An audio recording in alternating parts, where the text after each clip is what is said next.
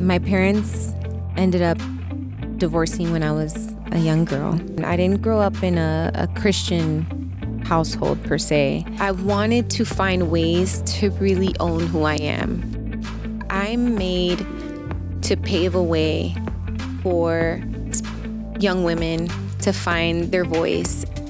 Latina girls, right? They need some type of reference, and we really don't have it. So looking back now, it's like, wow, it's really cool to see how that vision was able to come to life. Wow. It's like I could feel the emotions of what I felt when I wrote the song and how broken I felt. And to see that I'm not in that place anymore and I'm able to still sing a song that's mine, but I don't feel those same emotions of what I felt Thank then. you for being willing to be vulnerable and for talking about that kind of stuff. So you're about to watch this video, and I think it's going to be good, so thanks for being here. But can I ask you just a quick favor? Did you know 98% of the people that watch a video on the WGTS YouTube channel never subscribe? If you've ever enjoyed any content here, would you take a moment just to hit that subscribe button down there? What that allows us to do is to have bigger guests, better content, higher production values. It lets us do a better job for you and a better job to reach more people for Christ. So if you enjoy what you're watching here, please hit subscribe, and thank you. So joining us today is Blanca, official Blanca. Ooh, official Blanca. Right, because I found you on Instagram Yes. and I saw that. I was like, okay, there must be a story behind that too, right? You know what? That is so interesting because I've never had anyone ask me about my Instagram handle. It all started with what? Twitter? And I was the real Blanca on Twitter. Okay. Just in case you got confused with the real Blanca or the fake Blanca. Yeah. I'm the real one. But then that wasn't available on Instagram. So official Blanca became the handle years ago. But that's so funny that So to you brought me, it up. yeah, whenever I hear Blanca, I always think the official Blanca. and I've been a fan of yours since like the Group 1 crew days. Oh man, That you're was- an original. Yeah. That was what, early 2000s? Early Is that right? 2000s. I started Group 1 crew around 2004, but we got signed in 2006. So definitely the early 2000s. It's crazy to think about. I had someone post this week a video of my last show with Group 1 crew, and that was 10 years ago. Wow. I was like, Time Time goes fast, flies, right? yes. Yeah. So when did you know you had a passion for music? At what point in your life? To be quite honest, ever since I was a little girl, I always had a huge passion for music. I loved, like, I would see all the home videos of, the family get-togethers, and I would get in front of the camera and start dancing and want to be like a little star. And I remember as I started growing up, around 5-6 years old, I would be the girl like with her hairbrush and making, my family sit down, and I would do a talent show. I would win every time because I was every act. But That's perfect. I just loved music. And my dad was very charismatic. He also was like the life of the party. We always had family get-togethers and things like that. And so I definitely think I get it from him. Yeah. But it started very early. And then around 6 is when my mom was like, I really don't think she has like a normal 5-6-year-old voice. Like, maybe we should look into this and see, or take her somewhere for someone to tell us if that's a good voice, because it sounds like a good voice to me. So she was kind of the one who pushed me to do it a little bit more professionally. Yeah. So you had that family support and that background. When did you decide you wanted to do Christian music? Okay, so a little bit of my story. My parents ended up divorcing when I was a young girl. And I didn't grow up in a Christian household per se, but as I'm Latina, I'm from Puerto Rico. My family's from Puerto Rico, and there's like a reverence for things of God, and like we would pray at night, but we didn't like go to church necessarily or have like a personal relationship with Jesus. And so my dad had a pretty rough upbringing and had substance abuse. So he had some addictions, and my mom finally was like, I want to protect the kids and I can't continue to do this. And so he ended up leaving my family when I was about 6-7 years old. But the crazy thing about my story is that my dad was the first person in my family who really had this God moment and transformation in his life. And so he came back into my life when I was a teenager, a young teenage girl. And little did we know, he had given his life to the Lord and asked for forgiveness and just wanted to be a part of our life. So he would request to my mom, can I take the kids to church with me? And so I started going to church with my dad, hearing his testimony, and just it just felt so real because a tangible experience of God redeeming something. And I would hear his story and I would just feel this pull in my heart. And so at 17 years old with my dad, he took me to see a play at a church in Orlando, Florida, where I'm from. And I ended up giving my life to the Lord with my dad there. He walked me to the front and, prayed with me. And so I had my own redemption story in a sense. Yeah. Wow. It all clicked. At that point, it was okay. So I have this passion for singing. I want to do music, but I think this is what I was made for, is to encourage and bring hope and use this to give glory to God. So everything changed at that point. That's fantastic. So when you're performing, when you're doing a show live, what is your favorite song to perform? Do you have one that you can think of? It all depends on the mood. When it comes to upbeat, what I enjoy doing on stage, with the band, I have a song called New Day, and it's off my latest record, and we just love that song.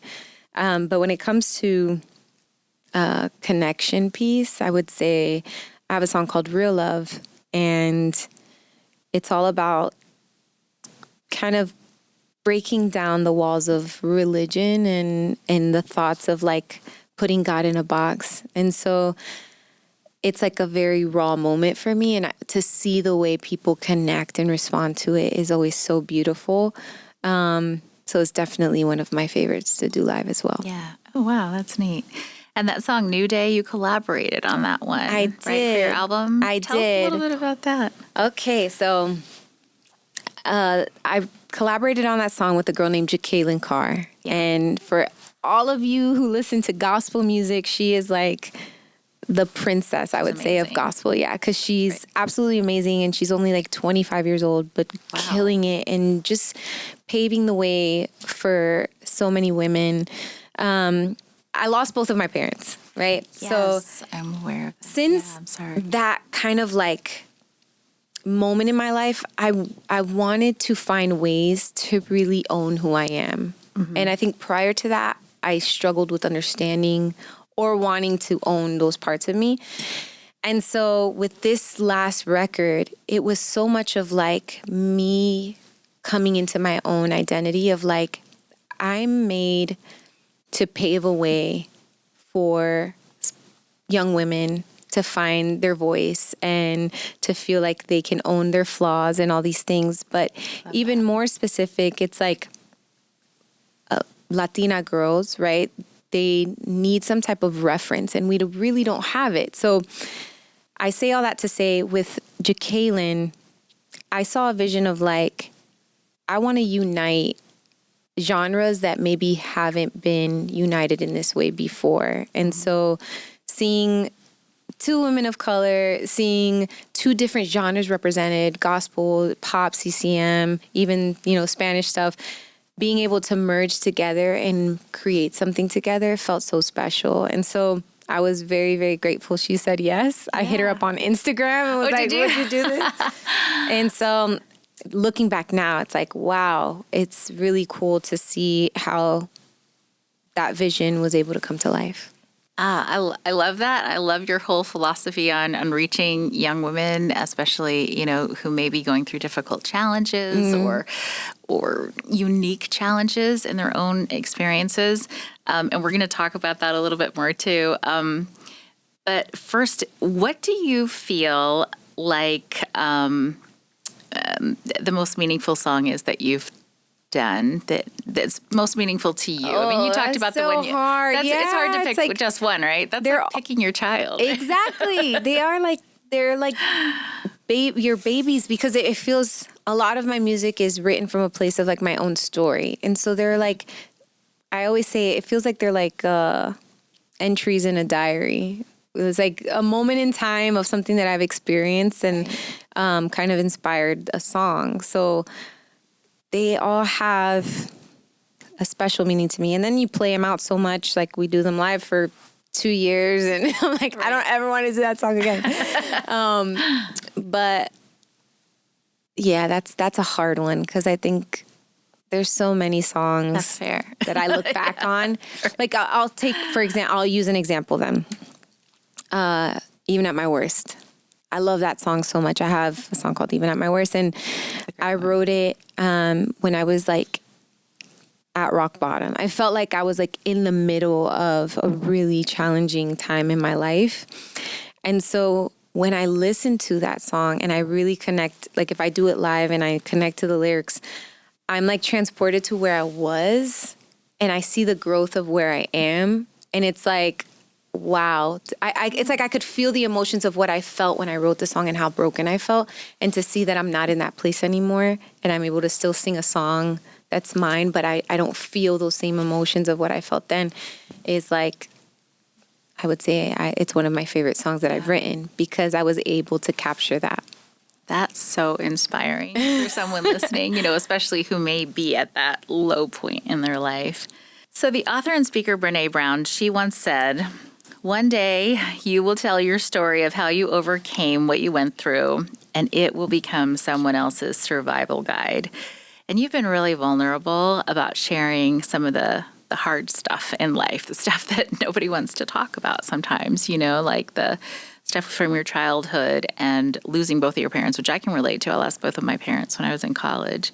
And even about your divorce, too. And thank you. Thank you for being willing to be vulnerable and for talking about that kind of stuff, because we hear from listeners all the time who are in the middle of those kinds of struggles and that kind of pain. So I guess, what do you hope that someone going through something difficult is going to glean from you sharing your story? Well, first off, I love Brené Brown. So that's so cool that you quoted her, because she is like the master of vulnerability and being able to like connect to that place in your heart.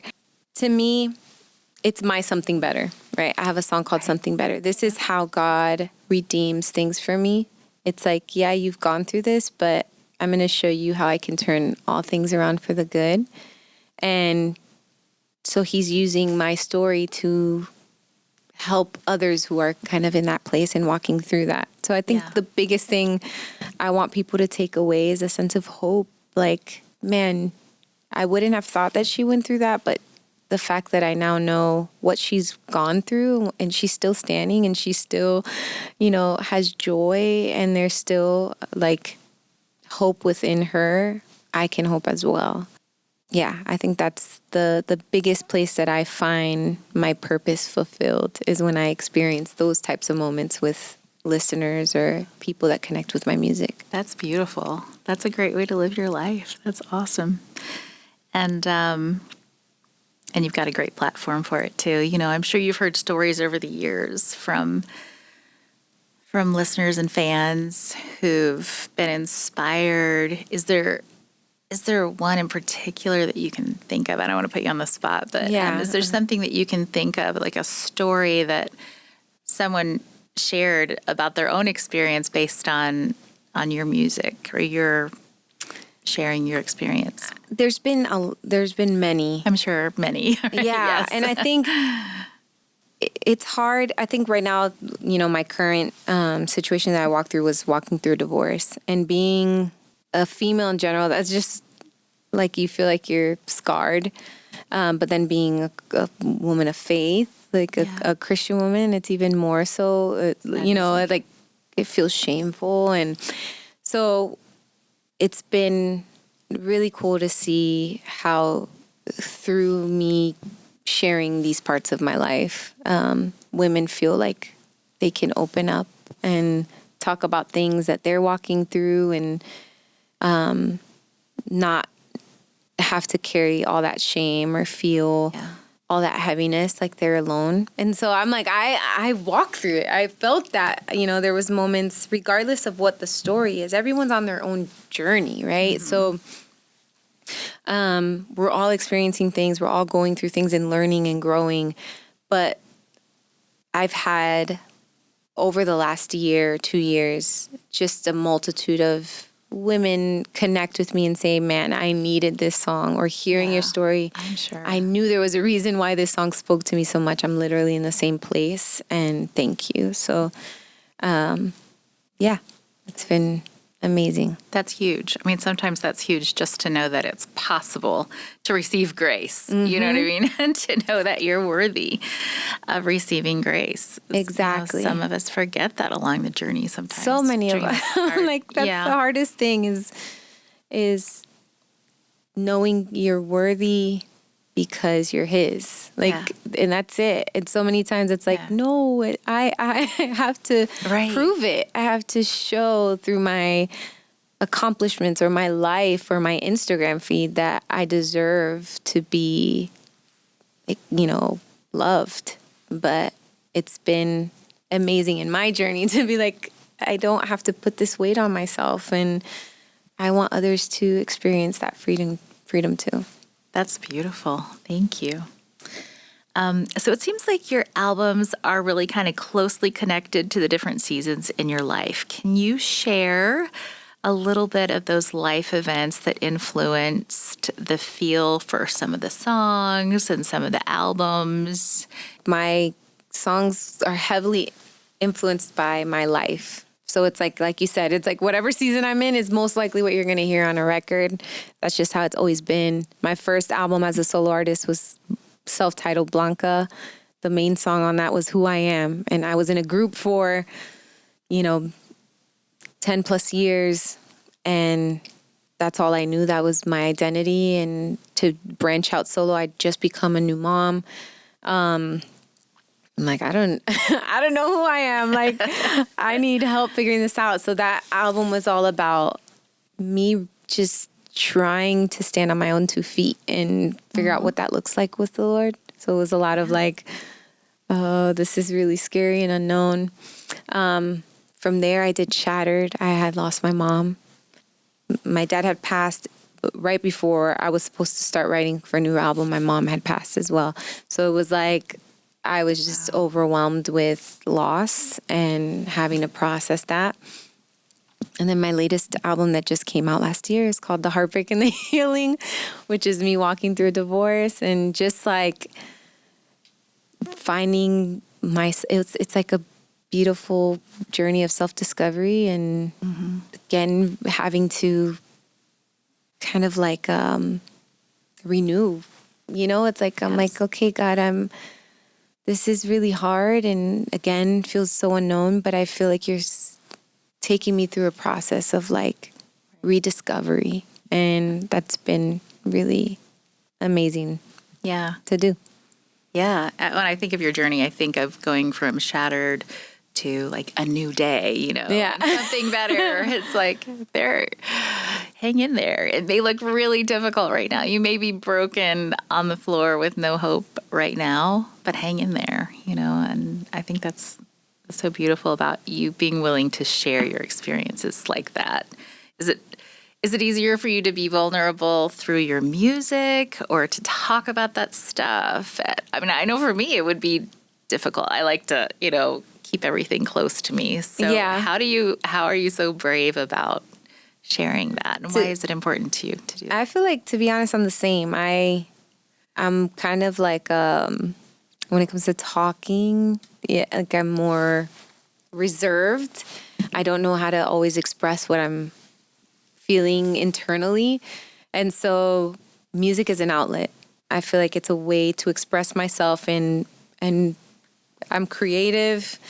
So I get to hit that side of who I am, but I also gives me a chance to express myself in a way that doesn't feel so vulnerable, because it's masked behind like these songs, compared to having to sit down and talk about it straightforward. So yeah, I feel like music is another form of healing for me to be able to use. That's great. We talked about this a little bit kind of already, but there's so much comparison in the world. We see a lot of people's highlight reels, on social media. We see a lot of people who look like they have it all together all the time. If I haven't said it already, I think I did, but thank you for being vulnerable and thank you for being real in your music and in sharing your story.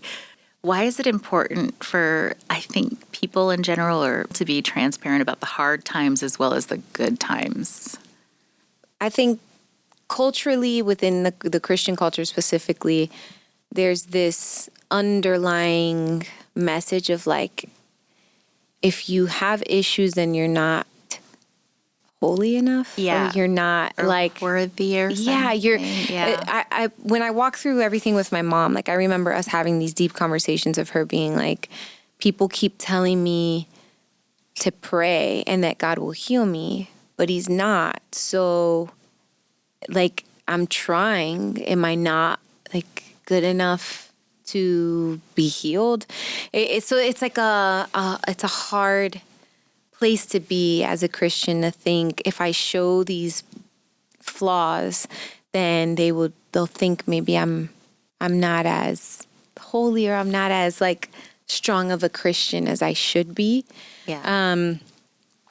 And so it causes a lot of facades. There's a lot of smoke and mirrors, a lot of like, Yeah. I'll just True. pretend that I'm okay so that, for my community, for my family, for my church, it could look this way, but I'm struggling with these deep issues, or I have these addictions, or I'm really broken and I feel, alone. I have these anxious thoughts, or, it goes across the board. So I really feel like this new generation is looking for things that are real. I see that a lot. I have a 10-year-old, and just in general, like everything is so, it's almost like they're going back. They want real stuff because everything is so like generated and not.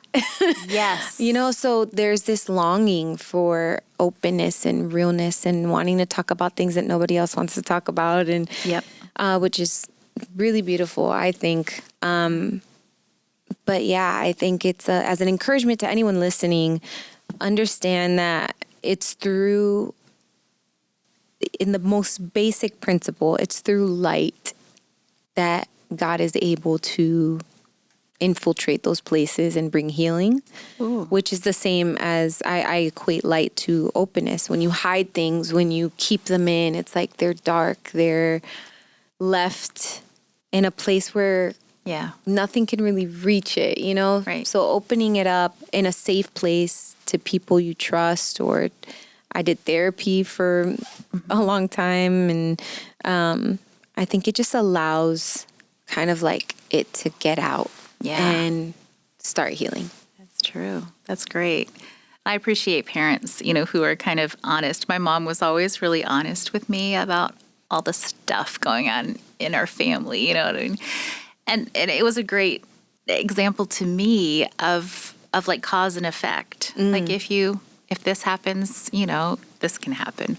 But on the other side of that, bad things can happen, but there can be hope and there can be healing and you can turn things around. Mm-hmm. So I think that's really important for us to be open and honest. I'm thinking of the song Shattered is just been really especially powerful to me. And that was written when your mom was struggling with illness. That whole album was written after my mom passed. So we had struggled. She had breast cancer, and it was a 4-year journey of like her diagnosis to when she passed away.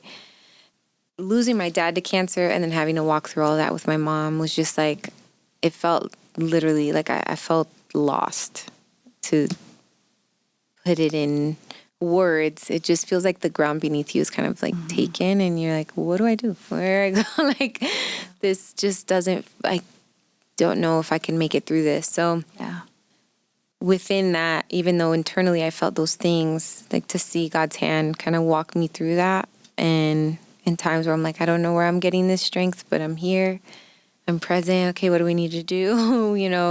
And that's where that song kind of birthed out of Right. was from that place. My parents passed away like within months of each other, but this was many, many years ago when I was in college. But it's almost like that feeling of, it's not really being an orphan, but you almost feel a little bit alone in the world. Like, I mean, my your biggest parents are your cheerleaders. parents, no matter what. It's like Right. Yeah. they always feel like home. Like it's They like do, if right. anything else goes wrong, I have this as my home. Yes. So it's like it does feel a little bit like, where do I go? Where do I go from here? Right. And sometimes like that your biggest cheerleader is gone. Like, what happened to my cheerleader? You know what I mean? Who's going to cheer me on? And who's going to believe in me, right? The line in there in the song Shattered, especially where it says, I have seen valleys the lowest of lows. I felt heartache that would not let go. And I have been broken more than you know. What would you say to somebody who's feeling that way right now? I would say the next line of that song, which says, but if I'm still here standing, you can believe me when I say, if you're shattered, every piece of you that's on the floor, he will restore.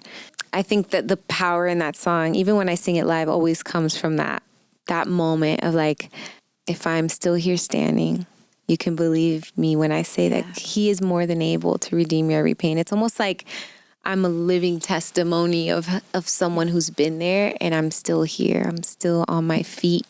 So let this be an example. Yeah. It's beautiful. That is so beautiful. But Something Better with Torrin Wells, there's a line in there that says, you take all my pain and you turn it into something better, right? And then it says, there's not a tear that you let go to waste. I probably messed that up. No, that's exactly, that's exactly it. Can you explain a little bit of what that means? I mean, not a tear that will go to waste? That's really deep. I feel like that's been my motto in this season is nothing is wasted. Nothing was like in vain. I think a lot of the times we go through pain, we go through hardships, and it's more of like from a place of like, why did this happen to me? But I'm choosing to look at this season of my life like, no, this is happening for me. And even in these hard things, like nothing of it is wasted time. It wasn't bad invested time. Like it all served a purpose, and he's going to use it in some way. So I'm going to like trust in that. So there's not a tear. There wasn't a prayer that was left unheard. There wasn't a tear that, I cried out that he didn't see. He's in all of it with me. Beautiful. I love that. So let's talk a little bit about being a mom. You have a son, right? Yes. And tell us, London, how old is he now? He is 10 years old. And that's my baby. Even though he's 10 and he's almost as tall as me, he's still my baby. Double digits. Double digits. We approached double digits this year. So as a working mom and with a really demanding career, how do you juggle and balance everything? And do you have any advice for moms who are trying to balance that? That's always my biggest struggle. Is finding that balance. And I've just learned over time, I'm still learning, but it's okay. It's okay to say no. It's okay to have boundaries. It's okay to listen to even Jen, my radio rep today. She's like, it's okay to listen to your body. It's okay to understand these things. Like those things are important as a mother and a working mom or whatever the case is. It's like, I always used to want to please everyone and I'm like, if I say no, I'm going to disappoint them. Yeah. But then in the end, I'm disappointing myself and I'm not setting the right boundaries and I'm not there for my son. So like I end up frustrated with myself. Yeah. And I'm learning now there's more honor in being like, you know what? I would love to, but I can't. And I have a responsibility at home. And maybe next year that could be another opportunity we could look at. But it's helped me feel like I'm honoring myself and my son in the process. Yeah, no, that's in the DC area and in the WGTS family. It's a very diverse community, and you've talked a little bit about your background and your family. And But how does diversity and inclusivity play a role in your music and your ministry? Over the last 2 years, it's been on the top of the list of what I want to create. For a while, within the space, it felt like I wanted to fit in. And so I thought if I could just like hide the parts of me that make me too different, then there'd be more of a opportunity for me as a female artist in the Christian community, let's say. But over the last 2 years, I've learned people don't know me. They don't know who I am. And those are the things that are so unique to who I am. So how can I bring light to those things rather than trying to cover them or fit a mold? It's like, no, this is me. This is a part of me. And I think it helps people connect to you more, connect to your music. So now my Latina roots, the crazy things about me and my uniqueness is what I try to like embrace so that I can put it in my creativity and in my music. Great. And singing in Spanish now? Yes, I've been singing a lot of songs in Spanish, which first I was very nervous. Yeah, I can imagine. But it's been so awesome to like even stretch myself and challenge myself in that area. I'm sure. Is there a life verse or something that you always turn to when you need encouragement? Like when people ask, what's your favorite verse in the Bible? I always think of when I first gave my life to the Lord. I had joined Group 1 Crew and we did a Bible study. And one of the first lessons that they did was on Joshua 1:9. That verse says, "Do not be afraid. Do not be discouraged, for the Lord your God is with you wherever you go." I think because of the things that I experienced as a child, I just felt afraid a lot. I still deal with anxiety and having to balance that out. But a lot of what I funnel my life through is through fear. Like that's my go-to reaction. And so when I heard that verse, it was like, do not be afraid. Like it's like it's something that helps me breathe in moments of like feeling tension. It's like, do not be afraid. God is here. He's with you. Everything's okay. So it's something that I carry with me. I love that. Even now, as an adult Blanca. That's great. All right, so time to have a little fun. You don't have to think so hard about this. We're going to do like a little lightning round, rapid fire questions. What's your favorite book? Redeeming Love. Ooh, okay. For a journal, do you prefer paper or computer? Paper. Okay. Traditional, right? Do you choose coffee, tea, juice, or water? Coffee and water always, if I had to pick one. Good job. But if it's coffee or tea, it's coffee. What is your middle name? Do you have one? Elaine. Okay, I didn't think I had ever heard it. A movie that both you and your son enjoy? The new Super Mario. Oh, yeah. Movie. Right. Yeah. That spans the generations. Peaches. Yes, exactly. What's your ideal outside temperature? I know you grew up in Florida, so. Yes, I would say definitely tropical, but let's not get in the 90s, people. Okay. Let's keep it in the 80s. Right. Would you rather perform a concert on a serene mountaintop or in a vibrant city cathedral? Both. Yeah, either one. Yeah, you'll sing anywhere, right? Cats or dogs? Dogs. Okay. Do you have one? No? I don't. Not yet, but. I do not. No. Have a cat. Would not have a cat. Even though my first... Okay, continue. I can go... See, it's like squirrel. What does a person need to be happy, do you think, in your opinion? Self-worth and that's good. Everything can then flow from that. That's important. And Jesus, of course. Absolutely, of course. What is something you could eat straight for a whole week? I eat the same thing every day. Do you? Yeah. I'll say Chipotle. Oh, yum. Or rice. Like, I love rice. Okay. I could have it for breakfast. I could have it for lunch or dinner. If you could travel in time, who would you like to meet? I know most people would say Jesus, but is there anyone in more recent history that... I don't know. That's a tough one. That is. Okay. This is supposed to be rapid fire. Sorry, that was too hard. All right. Let me find another easy one. Actually, this is a hard one too. Skip. Have you ever forgotten the lyrics to one of your own songs while performing live? You don't have to admit that. But what did you do to cover? No. What do you do? I look at my band like a deer in headlights and hope that one of them knows the lyrics. They start singing along. They're like, Do you ever just hold the mic out and let the audience sing? that would be a good, yeah. One time I just closed my eyes and started to pray. And I figured the people would think she's having a moment. That's right. I was having a moment for sure, a meltdown moment. Thank you for being so open and transparent. And thanks for reminding us that there's hope. And life is a journey. We're going to have the ups and the downs, but God is there with us. He'll give us what we need to get through. Amen to that. Yay. So Blanca, we have a little tradition here where we kind of like pass on questions to each other, to the next interviewer.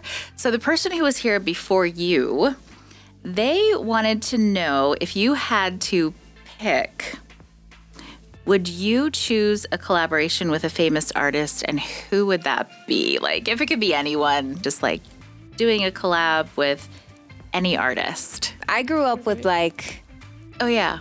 Who did you grow up with? I love the divas of the 90s. So like Celine Dion, Mariah Carey, Yes. Whitney Houston. Oh yeah. If we did like one of my songs with Whitney, or I got to do one of her songs that with would be her. amazing. Yeah, that would be pretty epic. Yeah, that's true. That'd be like a dream come true. Maybe someday in heaven, right? We'll have to see.